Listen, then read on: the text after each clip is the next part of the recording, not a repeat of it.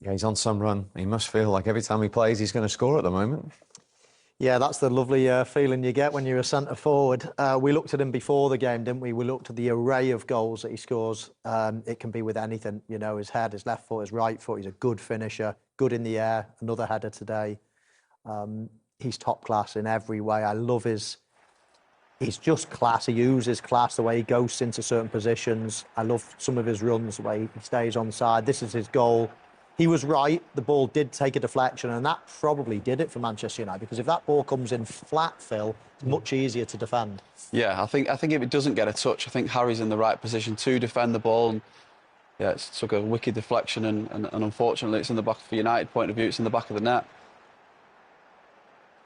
Yeah, as you say, always getting into that 6-yard box, Steve. He knows where the goal is. He knows where most goals are scored. And I think it's the timing of his movement. Like he manages to stay on side. He manages to time it just at the right time, where he can get a head on it or get a touch with it with a volley or a half volley. He does it really well and really effective as well. And Harry Maguire there saying, "I've got the runner." If my lip reading skills are on blob, and he did have the runner, but obviously Isak was just ghosting in behind. So it was an unfortunate deflection, but still the ball's landing in your 6-yard box. You've got 3 centre halves and 2 wing backs. You should have enough bodies to head that out. Yeah, from a central defender's point of view. Yeah, both goals are avoidable. I think even the build-up before the goal, very easy. Just one switch of play. No real great pressure on the ball. I mean, wide players these days, I feel they don't need much of a. They only need half a yard to stick the ball in. So you've got to get tighter, force him wider. Not good enough from United's point of view, and a simple header for Isak. And just on him, 25 goals in this calendar year in the Premier League. That's more than Salah, more than Haaland, only battered by Cole Palmer. Yeah, he's seriously good. Newcastle have done so well to get him, and he won't. Develop him, yeah. And obviously to feed him as well. You know, Newcastle have got some good players that are in attacking positions that they get the ball to and play to his strengths. And of course, he won't be on the market. I mean, he'd be one of the most sought-after players. But if he was, then I'd say that only Manchester City probably wouldn't or couldn't do with him. I mean, Erling Haaland is that number 9, isn't he? But apart from that, he would walk into any team in the Premier League in that position. Yeah, Joe Linton got the second goal. And as you say, again, from a United point of view, they'll be disappointed with the build-up and the way the ball came into the box again. Yeah, just too easy to play through. Not enough pressure on the ball. You see the wide area here. He just chops back, and there's no real pressure to go and get up to the ball. It's a simple ball in, and Lisandro Martinez has got caught underneath the ball a little bit, and he's just, yeah, it's a powering header. Really difficult to stop when he gets a run on you, but he's got to do better. Got to stop the cross coming in first and foremost, and got to be stronger in the box. And 2 really simple goals, 2 very sane goals. And like I said, Man United give themselves a mountain to climb in the second half. Harry Maguire here, I mean, he goes and sticks on Isak, doesn't he? Obviously, Isak scored the first goal, a similar goal to that. Is there anything in that where he's sort of, you could accuse him of the first goal, but then he's almost like, well, I've got my man, I'm not moving from my man this time. And all of a sudden, because he says, I was getting the runner on the first one. Well, actually, if he's watching the runner on this one, he probably heads it out. But this time, he almost glues himself to Isak. Just have a look at this, Phil. What do you think here? I mean, he just goes and glues himself. But if he goes with the runner, he'll have a chance of saving it. If he actually stays in his position there rather than engaging with Isak, he probably heads the ball away. But as a defender, you always get attracted to the man, and sometimes, listen, you've got to stop the cross. He's 2 yards off him. This cross has come in. Maybe if he stays in the position, but I just think that just the cohesion between the back 3, back 5, you know, the way Newcastle performed today, the triggers that they set all over the pitch. You've seen Isak said in the interview after the game, the intensity they pressed that. United couldn't handle it in the first half, and then on the flip side of that, you look at United. It was very slow. The build-up was very laboured, and you couldn't really see the patterns of play forming. And then second half, they gave a little bit more of an intensity. They moved the ball around a little bit quicker, but couldn't really find the killer pass or the killer instinct to go and hurt Newcastle. And it was a really good performance, a solid performance from Newcastle. Gary Neville will be joining us a little later on. Of course, we've got the awards to get through and the predictions for 2025 as well. We'll bring you reaction as well very shortly. Jamie Carragher is with us tonight. We will be talking, of course, in depth about Manchester United. But will Newcastle United see this run of form as a stepping stone to Champions League football again? Yeah, I think so. I think when you look at certain teams, you look at Aston Villa tonight, we normally put Aston Villa and Newcastle in the same sort of boat, really, where the teams who we really fancy to qualify for the Champions League, they've both been in that position where they've upset the apple cart, if you like, in terms of the notorious Champions League clubs. Aston Villa have drew tonight, Newcastle have won, and they're just on a little bit of run of form of late. They had a difficult start to the season, but it was interesting speaking to Eddie Howe before the game about just tweaking the balance and finding something a little bit different that we've seen in the last couple of years. And I think in midfield, that's a midfield that can go up against almost anything in the Premier League. That's a serious combination of three players there. They got a little bit of everything. I think we saw that certainly in that first half. Well, we talk about how Manchester United might strengthen, but their opportunity potentially for Newcastle to do a little bit in January as well, to really reinforce their position. You wouldn't rule them out of that, would you? No, I'm listening. I think when you speak to Eddie Howe, he still speaks about the PSR issues that the club have. I mean, Jacob Murphy's done brilliant in the last few weeks, but when you look at Newcastle, it is crying out for someone on that right side, probably with a left foot. You know, and we see that now, don't we, with, you know, almost every team. They've got it with Anthony Gordon on the right foot, coming inside on that left side, and they probably lack that, you know, someone really special on that right side. I think that would be the next signing if you were Newcastle and Eddie Howe. So was it all about the first 30 minutes? As much as Manchester United got it wrong, how Newcastle United got it right in terms of their approach to that first half an hour? We said before the game, Dave, that they'd be on the front foot. You know, we saw how they performed against sort of Ipswich away, with Dan Burn jumping onto one of the 10s and Tonali taking the other one. I didn't think they would take a backward step, and why would you?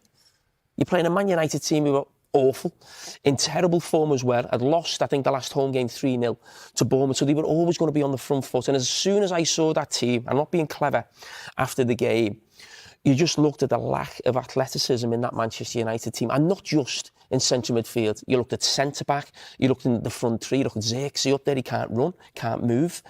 And I just looked at the energy and the pace in the Newcastle team, and I didn't see any way how Man United could win that game.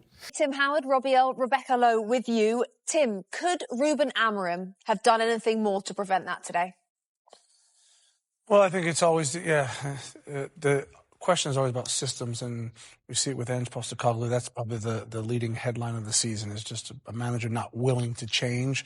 Ruben Amorim was interesting because he stuck with his lineup, he stuck with his tactics, and then very quickly had to hook Xerxes and change.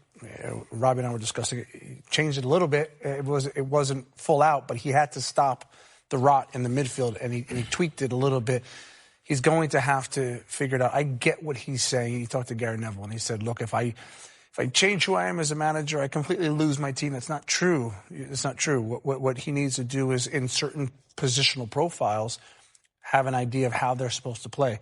But you can tweak things. You can stuff another player in the midfield. You can go to a back four at times. It doesn't always have to be exactly the way you're going to do it. And I think he's learning that quickly. It's interesting because you mentioned that pre-game interview with Gary Neville, in which he sort of said a coach changes their philosophy, changes their belief, they die. And yet he had to slightly change it today. Yeah, he got Mainu on, who was better, who gave him a spot at back. He got Eriksen playing from the left side, but was really a third midfield player. And as soon as we got the team sheet back, we looked at it and said, Casemiro and Eriksen in the middle of the park, worry. And he's got to have to look back at that and say, did I get that right? And I don't think he did. I don't think in any way he could say he didn't have the athleticism, didn't have the capacity to go toe-to-toe with the three Newcastle players who won the game. The problem I'm getting at the moment for Manchester United is, I understand they're not winning games, but this is about learning. Well, what did we learn against Wolves? Bruno gets sent off. I'm not sure what we learned. What have we really learned today? They were better second half. Newcastle dipped off a little bit and United were a little bit better because of circumstances, but it's not great. It's mediocre at very best. So of the players that he's got and the tests that are going on, how many are we starting to get to a conclusion on? Where are we down the road of like getting to something like a best 11? Was it 11 games now in all competitions? We should be getting a feel of where we are at the moment. It still feels like lots of balls are up in the air. I mean, give me some names that he would keep. Ahmad, Garnacho, Bruno, the goalkeeper. Would they do better, this Manchester United team, Tim, if he did change his system, do you think? Slightly. So it's not the system, it's the players. No, it's not. No, the system. The system is a bit of a get out. Yeah, the players are. I mean, I looked at it today. Rashford, Yaro, Mainu, Garnacho. Those are probably his 4 best players. They started on the bench, and so it's taken far longer to work this out. Look, I think I've always stood by the fact they need to trim some of the fat, get some players out in January, which will be difficult, get a couple in. Certainly an overhaul in the summer. I would be shocked if we get to the summer and through the summer and there's not a complete overhaul this spot. I mean, you can't a complete overhaul would maybe they'd like to do, but that's quite difficult. I mean, Robbie picked out 4 players. How many do you pick out that he would definitely keep? Yeah, I'm on board. Same 4?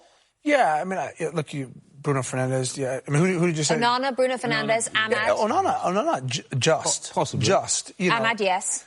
Ahmad, yes. Bruno yeah. Fernandes? Fernandes, for sure. The other one you picked out was Mainu? Yeah, definitely Mainu. Yeah, absolutely. Because the potential of those. But outside But you can't of that, get rid of the rest of them, can you? No, you can't. You can't. Well, it's interesting today, Bex, when I've looked at both teams, and I said it before the game, and I'm happy to say it again, the team in black and white have got better players than the team in red. Far better players. So systems and how you play and all that goes into it. But the black and white team are better, were better coached, had more energy, wanted to go about their business, and you see the kind of run they're on. And talking about Newcastle, it was a bit of a stop-start first sort of quarter of the season, wasn't it? Mid-table at one point, and people saying, has Eddie gone so far with this team? He's refreshed them, they've come again, they've had their injuries that they've dealt with, and that looks like a proper team. You see him at the end, that looks like proper team spirit. We've said this over and over. I mean, you can't give Eddie Howe enough credit. He's a fantastic manager. He's got some good players, but, I mean, the profile of this team, the way they go about their business, the way they run and charge around and defend and get at it, it's a fantastic team. OK, congratulations to Newcastle United. Loads more to come on Goals Zone, but we're going to take you back to our commentary team. Lee Dixon alongside John Champion. Gentlemen, they're giving us about 4 names as we start to go through this squad. Good luck to Ruben Amorim getting rid of about 20 players in the summer, by the way. Yes, my concern at the moment is for my colleague here who spent the evening being so angry. How are you at the moment? I'm okay. You calm down? Yeah, I mean, it's football. You know, we can get emotional about it, and I do get emotional when I see players not doing their best. Not so much, we all have bad games, we all do things, make mistakes, but they're just the basics. I said in commentary, you've got to go back to basics. And I get what Amorim's saying about this is who I am, this is my style, and I don't blame him for not changing. He wants to win games, he can tweak it, as Tim said. But ultimately, George Graham played 4-4-2. Arsene Wenger played 4-4-2, no other shape. That's what he played. And he fit the players into that system because he had a lot of good players. These players have got to go home tonight and all look at themselves and go, right, in front of the mirror, did I do my best? I made a few mistakes. Did I give everything for the shirt that I'm wearing? And majority of them say no. I felt sorry for Højlund. I felt sorry for Kirksey going off like he did and getting clapped by his own supporters. Yeah. I'd never seen that at Old Trafford. So the fans have turned against him. Amorim's got a massive job, the boys have already said, and keeping 4 of them, I think that's quite a lot. But, I mean, you say what the players should be doing. On the evidence of what we've seen so far, that's not happening. So where do they go from here? Well, that's the point. He needs time. If the players can't fit into his system and they're not doing good enough, he can't change them all at once, because that can't just happen, because there's a lot of them out there. So he's got to go through this process till the end of the season, and then he'll have 2 transfer windows. By the end of the summer, he'll have a team when he start again next season that he can say, that's more or less, going on the way to that. I'll give you 10 seconds to say something positive. Smile and say something nice about Newcastle. Brilliant. I thought the setup, their team, their energy, everything the boys have said, fantastic, really pleased from great football club. Fans were brilliant. How many seconds is that? You still haven't smiled, have you? Yeah, maybe we can ask for too much.